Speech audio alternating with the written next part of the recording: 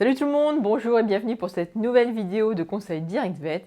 Alors aujourd'hui on va parler respiration et on va voir comment mesurer la fréquence respiratoire de son animal, chien ou chat, et puis pourquoi il est important de savoir mesurer justement cette fréquence. Allez, c'est parti! Alors l'augmentation de la fréquence respiratoire de votre animal, alors qu'il est en train de se reposer tranquillement ou qu'il est en train de dormir, peut être le reflet précoce d'une maladie. Il s'agit de ce qu'on appelle un signe clinique, et c'est un signe clinique très important qu'on peut rencontrer dans différents types de maladies, comme par exemple des maladies des poumons ou des voies respiratoires hautes, des maladies virales ou bactériennes qui vont provoquer de la fièvre et ainsi une respiration accélérée, ou encore des maladies ou des conditions particulières occasionnant de la douleur, cette douleur se traduisant alors par une respiration plus rapide. C'est notamment le cas lors de pancréatite ou de fractures traumatiques. Une respiration rapide est aussi un indice précoce de l'apparition d'une insuffisance cardiaque. Si votre chien ou votre chat est suivi en cardiologie ou que votre vétérinaire vous a dit que votre animal a un souffle cardiaque, alors il est très intéressant de s'habituer à mesurer sa fréquence respiratoire au repos. Si vous détectez une respiration accélérée chez votre animal et que vous l'emmenez rapidement chez le vétérinaire, alors vous contribuerez à limiter le développement d'une maladie qui pourrait être grave pour votre animal et vous augmenterez ainsi ses chances de survie en accélérant sa prise en charge. En général, les chiens et les chats ont une fréquence respiratoire comprise entre 15 et 30 respirations par minute. Des rythmes inférieurs sont possibles et ne seront pas une source d'inquiétude si votre animal est par ailleurs en bonne santé et qu'il n'y a pas de souci particulier.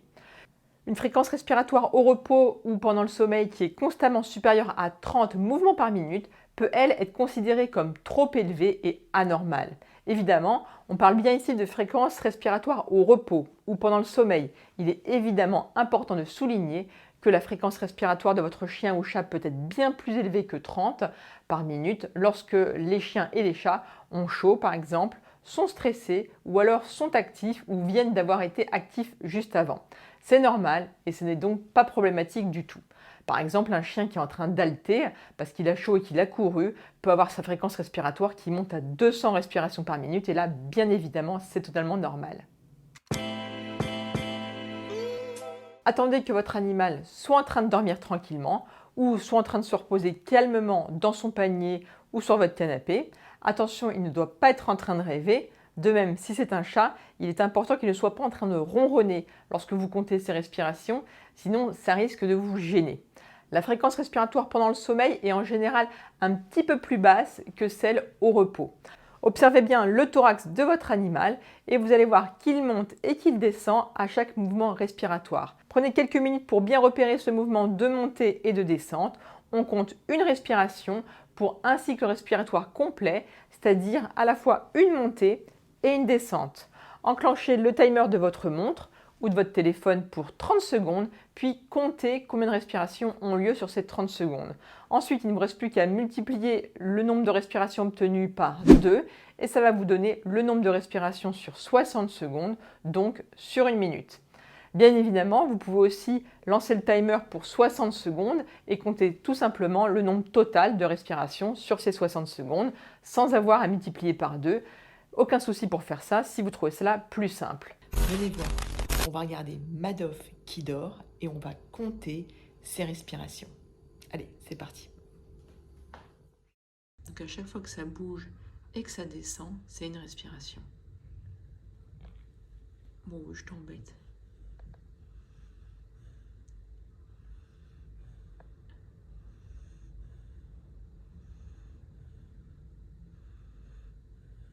Et en plus, on entend respirer. Dans le cadre d'un suivi de cardiologie, il est important de garder une trace de toutes ces mesures car les études ont montré qu'il y a une augmentation progressive de la fréquence respiratoire au repos dans les 4 mois avant une décompensation cardiaque. La décompensation cardiaque, c'est quand par exemple il y a du liquide qui vient se mettre entre les poumons ou qu'il y a de l'œdème pulmonaire qui se développe. Notez donc les fréquences respiratoires que vous comptez en les mettant par exemple sur un calendrier ou dans un petit carnet. Ça vous aidera à voir un petit peu quelle est la tendance si la moyenne reste stable. Il existe aussi des applications sur smartphone qui vont vous aider à mesurer la fréquence respiratoire et à garder une trace. C'est vraiment hyper utile pour les animaux qui sont suivis en cardiologie. Tant que la fréquence respiratoire de votre animal reste en dessous de 30 mouvements par minute au repos, là, il n'y a pas de quoi s'inquiéter. Si cette fréquence dépasse 35, ça peut devenir préoccupant. La première chose à faire, c'est de contrôler plusieurs fois cette fréquence respiratoire au cours de l'heure suivante pour vérifier s'il s'agit d'un résultat constant. Vérifiez aussi toutes les causes externes qui pourraient avoir provoqué une respiration accélérée. Par exemple, la température ambiante, si jamais elle est trop haute ou pas, si jamais votre chien a fait de l'exercice juste avant, etc.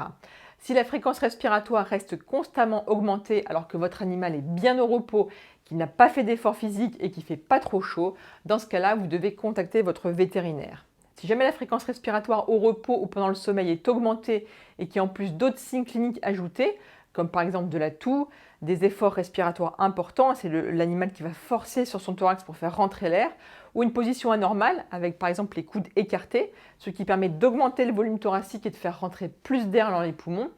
Si jamais aussi vous notez une respiration gueule ouverte, ce qui peut être bizarre chez un chat, ou alors une faiblesse généralisée, il peut s'agir d'une urgence. Dans ce cas-là, surtout même si c'est en dehors des heures d'ouverture de votre clinique vétérinaire, n'hésitez pas à contacter le vétérinaire de garde. En général, en phase d'apprentissage, c'est bien de s'habituer à mesurer le rythme respiratoire une fois par jour pendant une semaine. Comme ça va vous mettre bien à l'aise avec la technique. En plus de cette manière, vous aurez un petit peu les données de base, des données assez solides sur le rythme respiratoire réel de votre animal au repos ou en sommeil.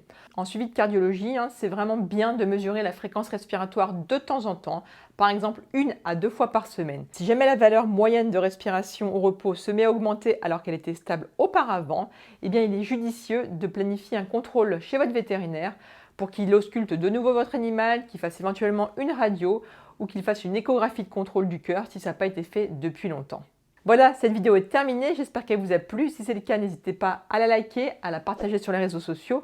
Partagez-la avec tous les gens que vous connaissez qui ont un animal qui est suivi en cardiologie. C'est vraiment hyper important de savoir mesurer la fréquence respiratoire de votre animal.